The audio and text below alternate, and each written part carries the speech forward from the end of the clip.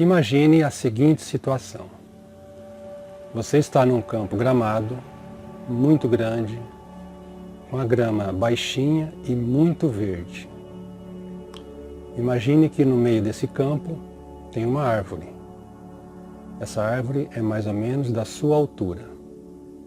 Imagine também as raízes dessa árvore crescendo para todas as direções, atingindo 2, 3, até 4 metros de comprimento, em busca de nutrientes, em busca de adubo. Essas raízes geralmente estão a 50, 60 centímetros de profundidade.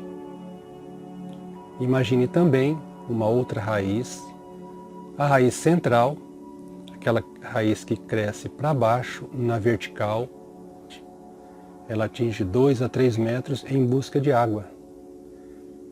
Então essa planta tem comida e bebida, naturalmente, como tem que ser. Agora, imagine esta árvore dentro deste vaso.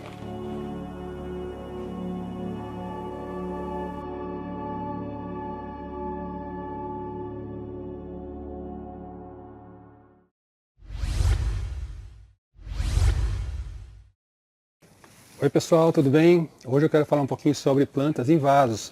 A manutenção que eu faço aqui tem dado muito certo. Eu tenho algumas plantas aqui que estão em vasos pequenos porque elas ainda são novas, mas logo logo serão replantadas. Eu quero começar mostrando essa tangerina que está neste vaso de 14 litros. Aqui ao lado tem uma outra tangerina. Olha, observe que são plantas muito novas ainda, né? Também num vaso de 14 litros. Essa já é uma mexerica, o vaso de 14 litros também. Vejam aqui, mais alguns frutos aqui. E eu tenho esse limão Tahiti, o vaso também é de 14 litros. Olha,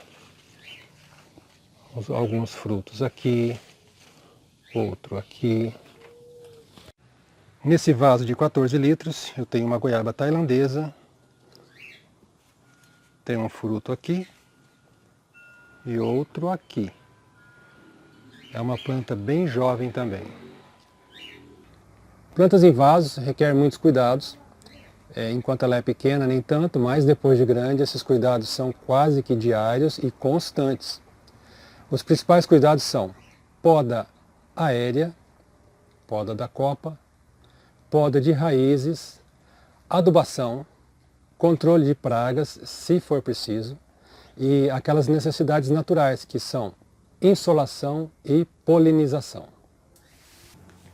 Todos esses cuidados são necessários, importantes e tem que trabalhar de forma conjunta. Mas o mais importante entre eles é a insolação. Essa planta precisa receber luz do sol direta. Quanto? O máximo possível, 5, 6 horas, se for possível.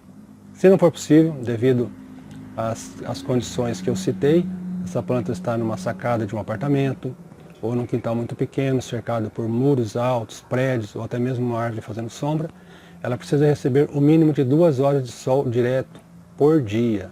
Essa incidência de luz traz muitos benefícios, assim como a falta dela ou a incidência mínima necessária traz muitos prejuízos.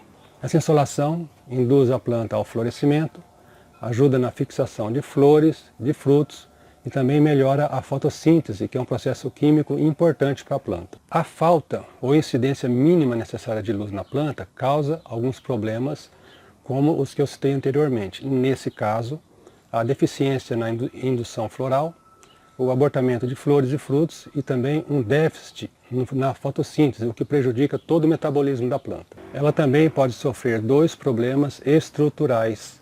Um é o fototropismo, que é quando a planta fica toda torta. Isso geralmente acontece quando uma planta está próxima a um muro ou uma parede e o sol passa do outro lado. Então ela inclina todos os seus galhos na direção do sol em busca de luz. Isso é muito prejudicial estruturalmente para a planta, porque destrói sua arquitetura. A planta normalmente teria que crescer na vertical, com galhos bem distribuídos para promover um equilíbrio, né? E dessa forma não, ela fica toda inclinada e numa frutificação, por exemplo, ela pode até tombar e os galhos acabar quebrando. E o outro problema que pode acontecer é o estiolamento.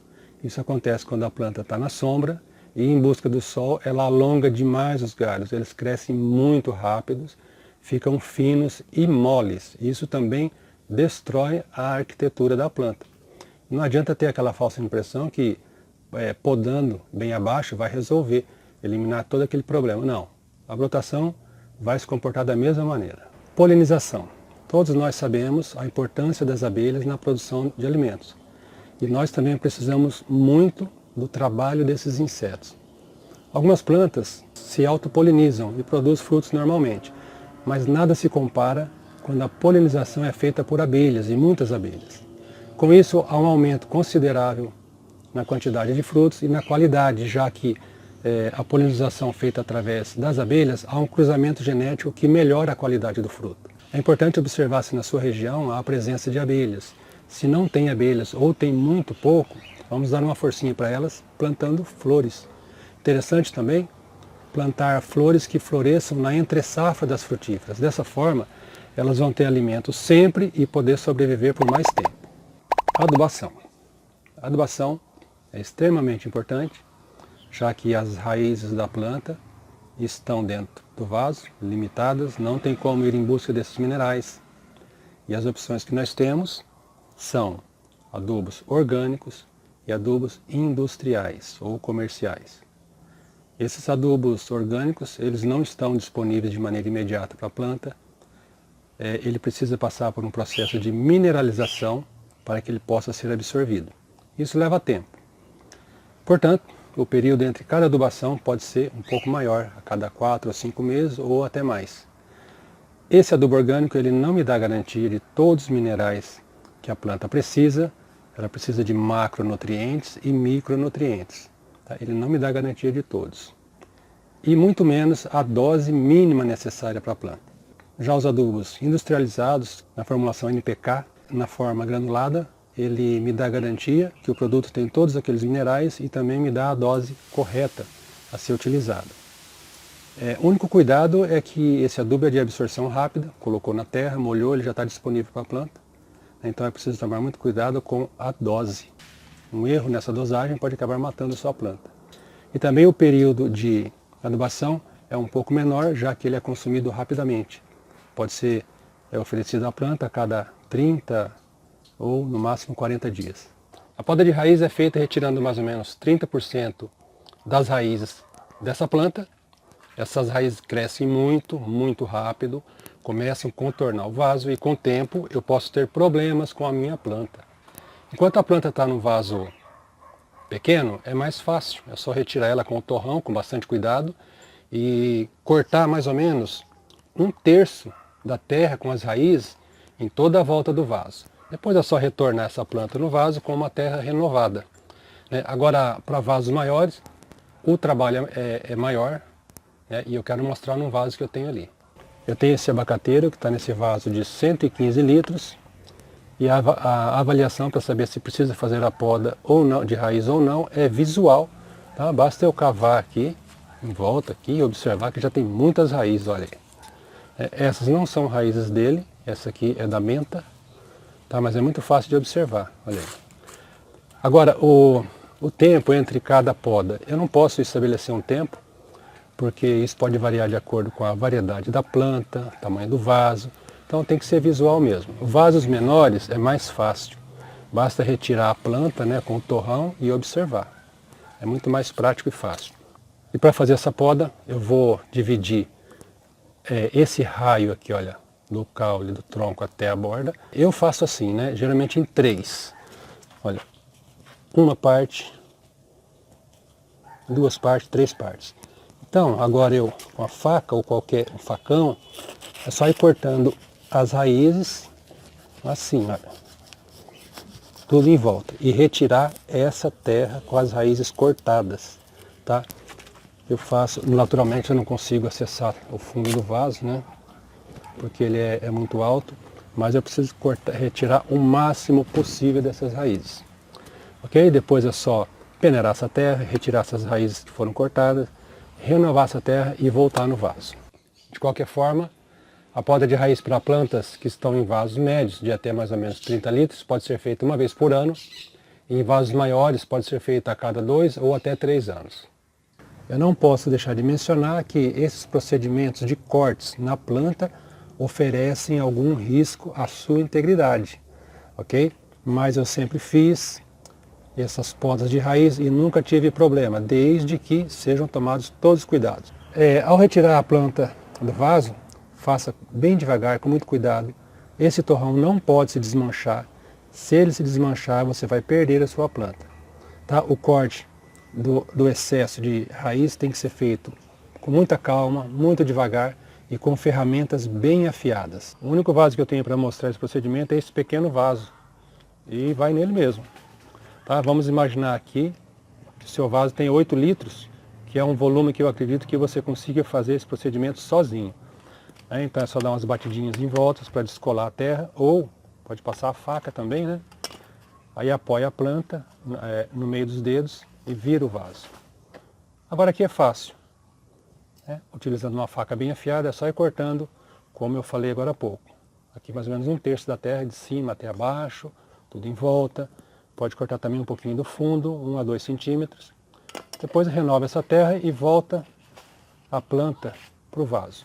Tá? Agora, se for um vaso maior, de 18, 20, 25 litros, é um pouco mais complicado, né? Da mesma forma, você pode dar umas batidinhas para descolar, com a faca também, para ajudar a soltar. Aí você toma no chão, assim, olha, e puxa com bastante cuidado. Dando umas batidinhas, né? O torrão, geralmente, ele está muito compacto, ele não vai se desmanchar facilmente. Evite regar muito na hora de fazer isso, porque senão a terra vai se soltar, vai ficar muito mole. E da mesma forma, ó, levanta, corta, e aí renova a terra, coloca e volta a planta no vaso. E a poda da copa eu faço diminuindo um pouco essa área foliar da planta. Como eu retirei um pouquinho de raízes, eu vou retirar também um pouquinho dos galhos. Tá, isso é necessário para haver um balanceamento entre raiz e copa. E é bem simples, é só fazer o encurtamento dos galhos. Desses que estão mais longos,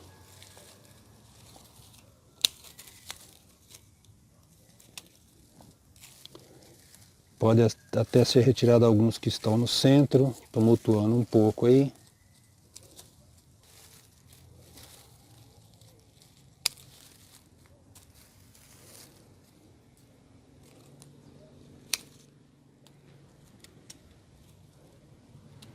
Dê preferência para mudas vindas da enxertia, alporquia ou estaquia. Essas mudas geralmente vêm de galhos de outras plantas mais velhas já produtivas. Portanto, ela vai produzir mais cedo. Diferentemente de mudas vindas da semente, que demoram muito para produzir e tem que passar mais vezes por esse procedimento. Esses procedimentos dependem naturalmente da realidade de cada de cada planta. Nem todas elas vão poder passar por eles, mas nem por isso ela vai deixar de produzir. Mas é sempre bom melhorar. Espero que vocês tenham gostado do vídeo, das dicas. Não esqueça de se inscrever, clicar no like e até a próxima.